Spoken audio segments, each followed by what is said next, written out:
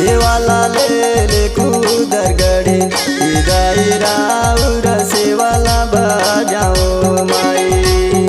सेवाला ले कूदर गड़ी इदाई राउर सेवाला बजाओगे माई।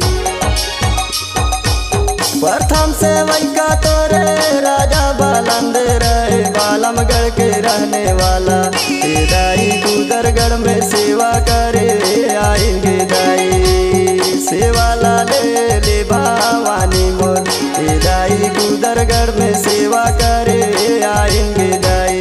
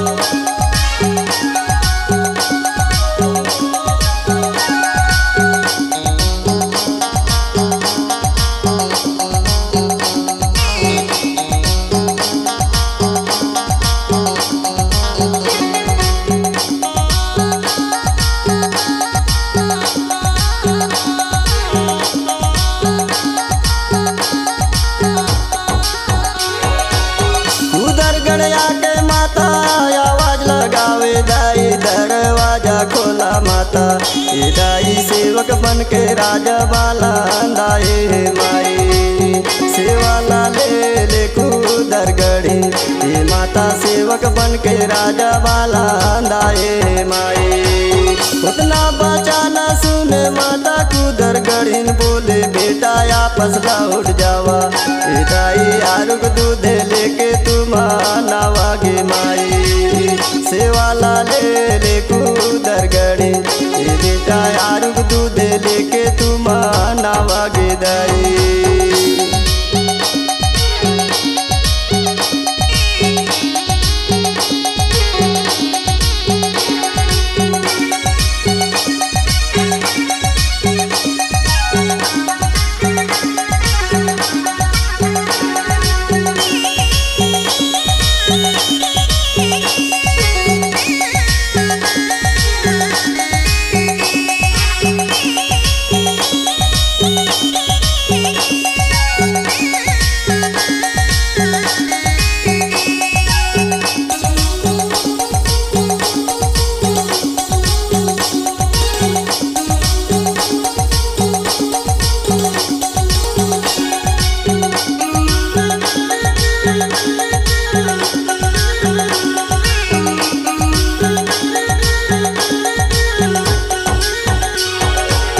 उतना बचाना सुने राजा बालंद सोचे दूध के तलाश में चले दाई गाय भैंस कहीं नहीं भेटाएगे दाई।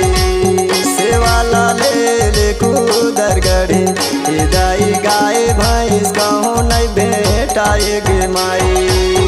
ऊंचा पहाड़ के नीचे गाय के गोठान दिखे गाय के गोठान माता दाई आरुग दूध यही मिली जाएगी माई। सेवाला ले भवानी मोर दाई आरुग दूध यही मिली जाएगी दाई।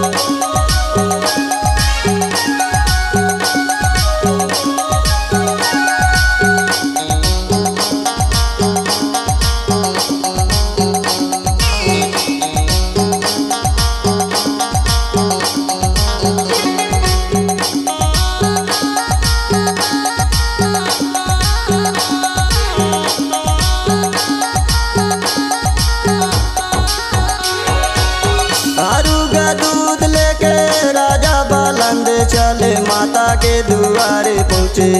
दाई बैठा माता आशा नाला मोरी गेदाई, सेवाला ले कूदर गड़ी। माता बैठा देवी आशा नाला मोरी गेदाई, चौका पुरावे बाला नासा न लगावे कूदर गढ़िला बैठावे माँ। दाई मटका मटका दूधे से नहवावे गेदाई, सेवाला ले भवानी मोर। गेदाई सातो जानम सेवा तोरे गाँव गेदाई, सेवाला ले कूदर गढ़ी। दाई राउर सेवाला बजाओ माई, सेवाला ले कूदर गढ़ी। दाई राउर सेवाला बजाओगे माई। प्रथम से वैका तोरे राजा बालंद रहे, बालमगढ़ के रहने वाला। दाई कूदरगढ़ में सेवा